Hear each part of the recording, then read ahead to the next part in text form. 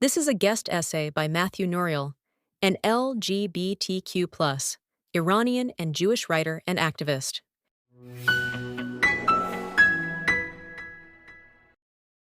Why is Jewish survival treated like a threat? And why is Palestinian suffering glorified over Palestinian freedom? I've watched this play out firsthand, in comment sections, on campuses, and in conversations that erase people like me simply for refusing to stay a victim. This essay examines the dangerous standard now shaping far-left activism. Empowerment disqualifies you from inclusion, and survival itself is framed as aggression. There's a dangerous standard at the heart of far-left ideology. Minorities are only seen as valid if they stay victims. This isn't some fringe belief. It's a core component of a worldview that's growing louder and more accepted. Rebuild your life, reclaim dignity, gain power or safety. Suddenly, you're not oppressed enough to count. You're erased from the narrative. You're accused of being the oppressor. That's not liberation. That's ideological control. I saw it firsthand in one of my recent Instagram posts. A commenter scoffed, "What oppressed group can weaponize the police?" As if the Jewish struggle vanished the moment we secured even the most basic safety, as if centuries of exile, pogroms, and genocide are erased because Jews refuse to remain powerless. This mindset isn't just corrosive, it's lethal. Within a matter of days, two shocking anti-Semitic attacks took place in the United States. Two Israeli embassy employees, Yaron Lashinsky and Sarah Milgram, were executed in cold blood outside the Capitol Jewish Museum in Washington, D.C. Their killer shouted, "Free Palestine," as he was arrested, caught on video yelling the slogan as police took him into custody. Here's the cruel irony. They had just left an event dedicated to humanitarian aid and interfaith dialogue, specifically supporting relief efforts in Gaza. They were working for peace, and for that, they were murdered.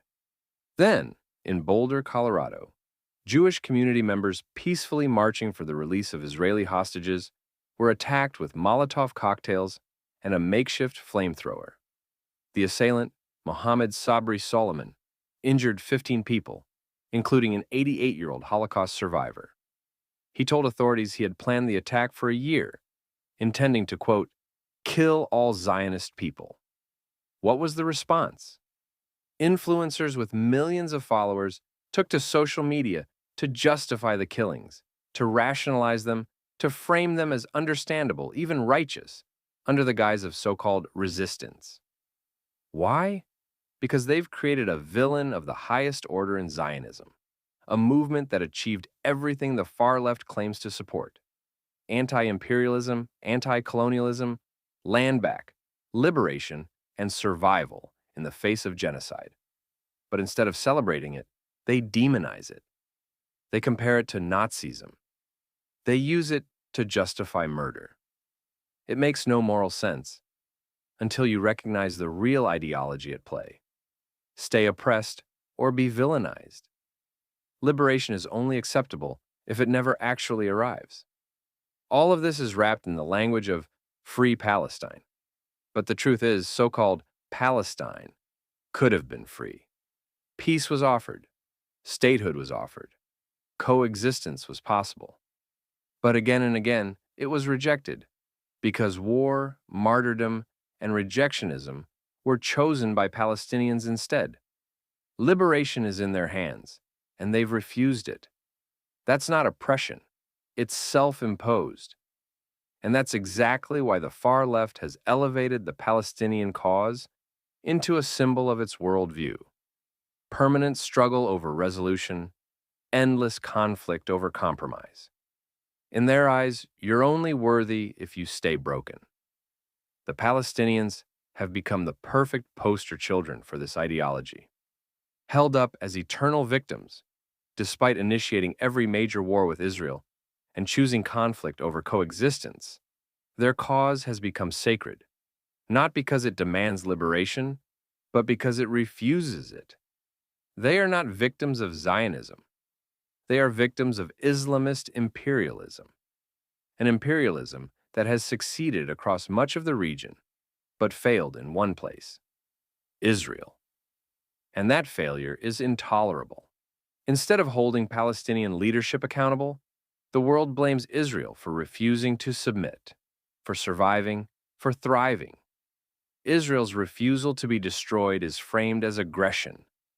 Its determination to live is treated as violence, and its Jewish citizens are told that their empowerment disqualifies them from being seen as human. In the end, it's the Palestinians themselves who pay the highest price, trapped in a cycle of violence, failed leadership, and endless war, all in service of a cause that demands their suffering over their liberation. Meanwhile, Jews are accused of being too privileged. But who are they talking about?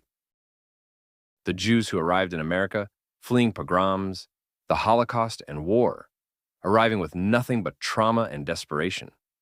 The 850,000 Jews ethnically cleansed from Arab lands, stripped of citizenship, land, and identity by Arab nationalist regimes often infused with Islamist ideology, now reframed by the far left as anti-colonial. We weren't handed power. We fought for it. We rebuilt. We survived. And now, because we've refused to stay victims, we're told we no longer qualify as oppressed. It's an impossible standard and a revealing one. If empowerment disqualifies you, then oppression isn't something these ideologues want to end. It's something they need to preserve. Because victimhood is their currency. It's how they gatekeep inclusion. It's how they maintain control. And I say all of this as someone whose very identity should matter to those who claim to care about justice. I'm gay, I'm Iranian, I'm Jewish.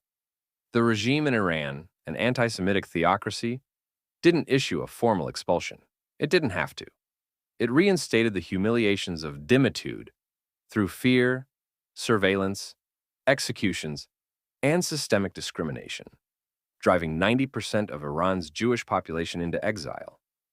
And it murders people like me, gay Iranians, publicly, with impunity. You would think that would be worth talking about. But they don't. Not because they're unaware, but because they've decided it's not their fight. Influencers and activists have said outright that we shouldn't judge gay rights by a Western standard. In other words, equality is worth fighting for here, but not for the LGBTQ activists, risking their lives every single day in the Middle East and North Africa.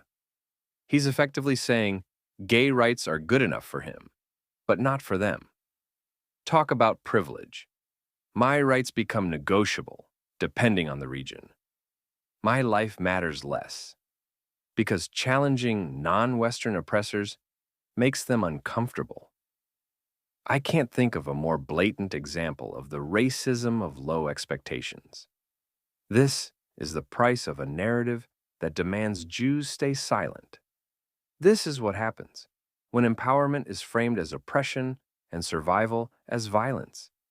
It doesn't just distort discourse, it endangers lives. I'm not embraced unless I reduce myself to a victim, unless I denounce my Jewish pride, unless I stay silent about the Islamic Republic, unless I make myself small and digestible, just another checkbox in their curated display of quote-unquote marginalized voices. But I refuse. I won't dilute myself to be palatable.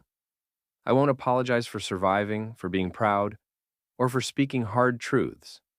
And ironically, it's that refusal, that dignity, that makes me more of a target. Because in the end, this was never about justice. It was never about protecting minorities. It was about controlling them.